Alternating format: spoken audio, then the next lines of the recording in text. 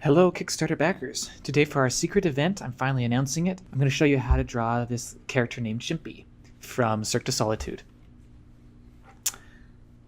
And I'm going to give a little bit of instruction too, kind of behind my thinking of how I designed this pose, and then I'll just show you how to draw it.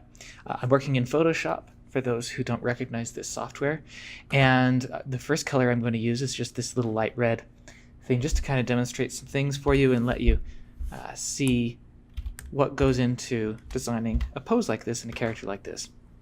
Now, I did several sketches beforehand, kind of working out the face and kind of how I wanted the body to look.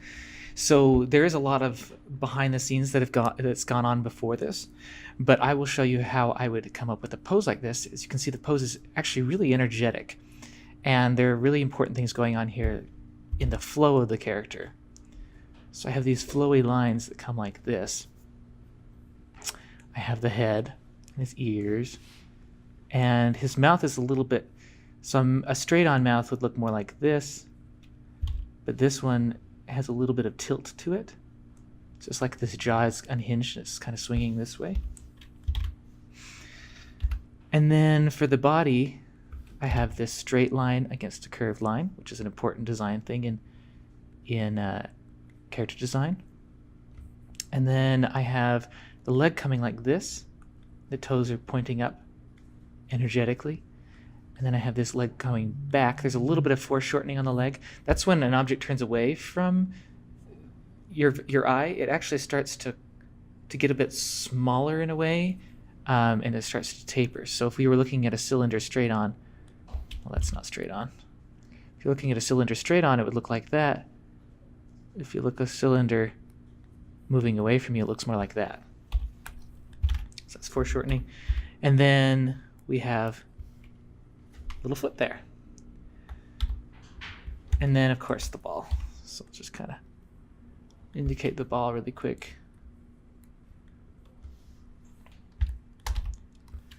And that's what we end up with. Okay. I'm going to show you a few more things just as we go along. The eyes are about right here. Oh, I didn't draw the unhinged mouth. His eyes are looking up. This is a really rough sketch. And I'll often do this on paper, like this, where I have a red pencil and I'll draw the red pencil. And then I'll show you at the end how I can kind of zap the color at the end, so that we don't have to worry about that anymore. So obviously I'm making a few little mistakes here, but that's okay because I'm working really in rough. And yeah. I have a little tuft of hair in the sketch there, just kind of indicate the elbow and that he's made of fur. I tried to kind of limit the amount of fur that I had in the character. And yeah.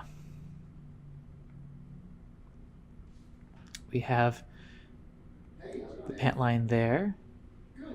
Hey, I thought I'd just call you really quick because I got this sent to me today. So Shark Tank Taiwan, my first question. You probably can hear somebody speaking in the background. That's the guy who works in my same office. But yeah. And I actually honestly feel like, so what I have here is I have this thing that's right in the middle. I feel like it would look better if the toes were maybe longer, so I'm actually going to make them longer in this version. Sometimes you see things afterward that you could have done better in your design, and that's good. That means you're growing. Yeah, So we have this sketch here. I guess the truth is, if we're doing credit card, I can just have Josh.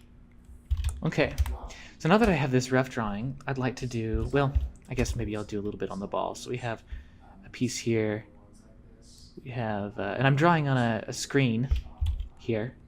The name brand screens that everybody knows, they're called Cintiqs. I'm drawing on a Yanova, and they keep getting more and more screens as time goes on. There's more and more competitors in the market, which is really good. And yeah. So I'm going to start working on the final. sketch. And actually I could, if I wanted to, if I was a little concerned about this, I could do, you know, a few more versions, a few more layers, kind of maybe in a darker red. I could start going in a darker red over the top and just starting to figure things out and how I wanted things to be. But that's not really necessary. So, okay. So I'm going to start going in black. Now, you can see I have this pen, or this brush here, that has a lot of jagged lines on it to make it kind of feel like a pencil drawing. I'm actually going to change the... And I'm going to make what's called a dual brush. Okay, cool. So I can come in here and I can add actually a brush into it. And this is the brush I have. And it just kind of gives the brush just a little bit more texture, but it's not really working. Multiply.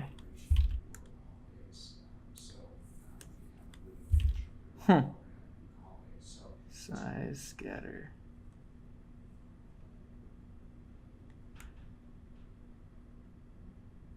Okay, so I have a little bit more. Yeah, so there, I still have a little bit of that organic feel, but it's more of a solid brush that feels more like ink, pen and ink. Okay, so let's start inking this thing. Start right here with the arm. I don't have to get it perfectly like I got it the last time. Art is about making everything a little bit unique, so. I'm making these fingers rounded over here and then straight here. That's a little bit opposite sometimes of what I do, but it's okay. You can see I didn't finish the line here, and that's okay. It's just about indicating and getting a nice feeling to it, so.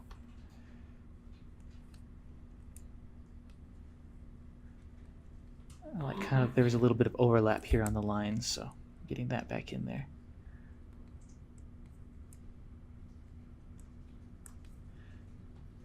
Something I noticed here is that, you see how this doesn't quite go far enough. It's not like wrapping around the finger. So I'm just going to add that back in.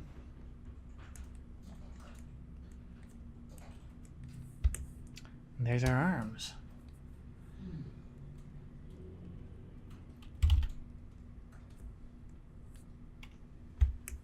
Okay. Now I did a little bit too much here. That's okay, I can just, nope, not with that. I can just erase it. Continue on with this. So you can see that I have a thicker line down here and a thinner line up here. What that kind of does is it creates a sense of weight, a sense of shading on it, even though there isn't shading there. So I could also do it here underneath the ear, which I didn't do in that one, but that's okay. I get better all the time, so. I liked his eye there, and then his eye there. You can see I'm fixing the drawing just a little bit as I go.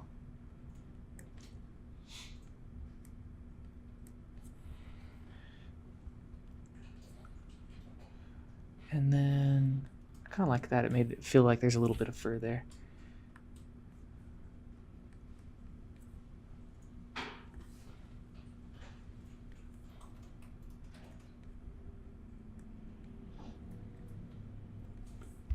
Okay, so drew that ear, and again, I might want to add a little bit of weight underneath that. A little bit of weight here, a little bit here.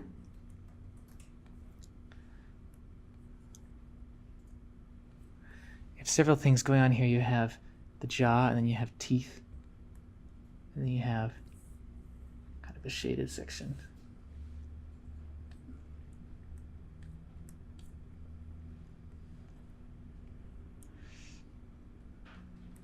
And all kinds of kind of comes together. So far I can hide this layer below it. I can see what I've got so far.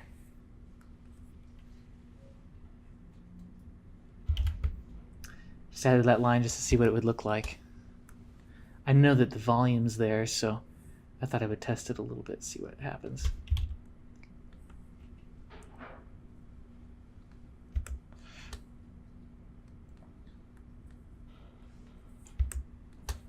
Maybe that one. making this one really thick, like that. Means there's plenty of shadow there. And this one kind of gets thicker as it goes down. Java wants me to install something apparently. So I want to make sure that with this pant waistband that it definitely wraps around his figure, so you can see it continues there behind. And then we got that knee. Notice I kind of created a little bit of a harder edge, even though it's still rounded, a little bit of a harder edge there, just to kind of indicate a little bit of anatomy coming through the pants.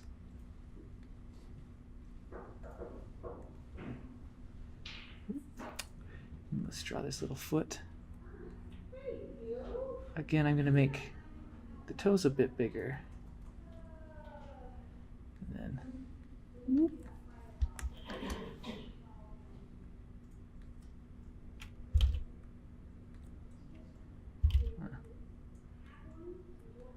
And longer. So, yeah.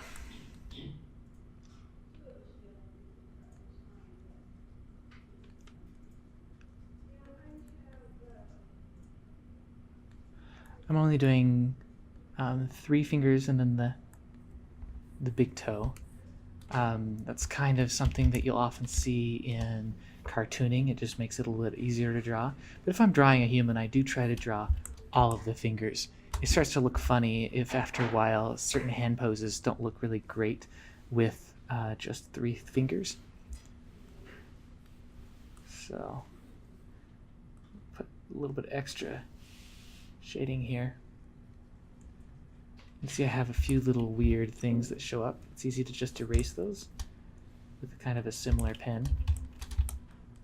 And actually the pen I'm using is this rougher texture one, but that's okay because it kind of creates a little bit of nice variation in the line quality, which I like. I did something interesting here where I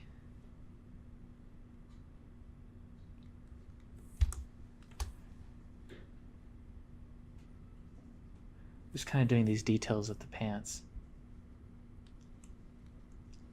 These little shaded lines or whatever. I'm varying them a little bit more than I did in the original drawing, which I think is a healthy thing to do.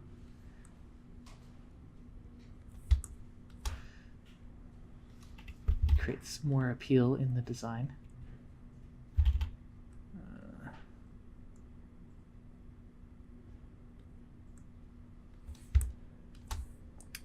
And then this one here. You can see that I did a little bit of, it's almost like there's a little highlight on this cuff. It's kind of interesting. And I'm indicating the bottom of the foot too.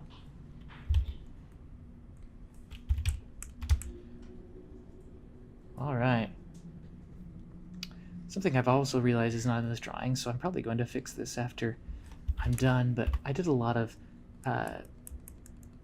kind of texturing like this on the fur of the characters, just so I could have a little, I don't like how that turned out. I'll just erase it. I want this texture to kind of follow the form a little bit more than what I had there. So I'm gonna have to check my other illustrations. I'm not sure if I did this just on the other monkeys or on Chimpy, but it's nice to have just a little bit of fur going on here to kind of indicate that these are interesting textured creatures. And then again, if I were to go and finish this ball, I would finish it out with, see how there's a darker line underneath, and then some of the lines I just indicated. Just made sure they wrap around, and we've got a nice feel to the flow of these various lines.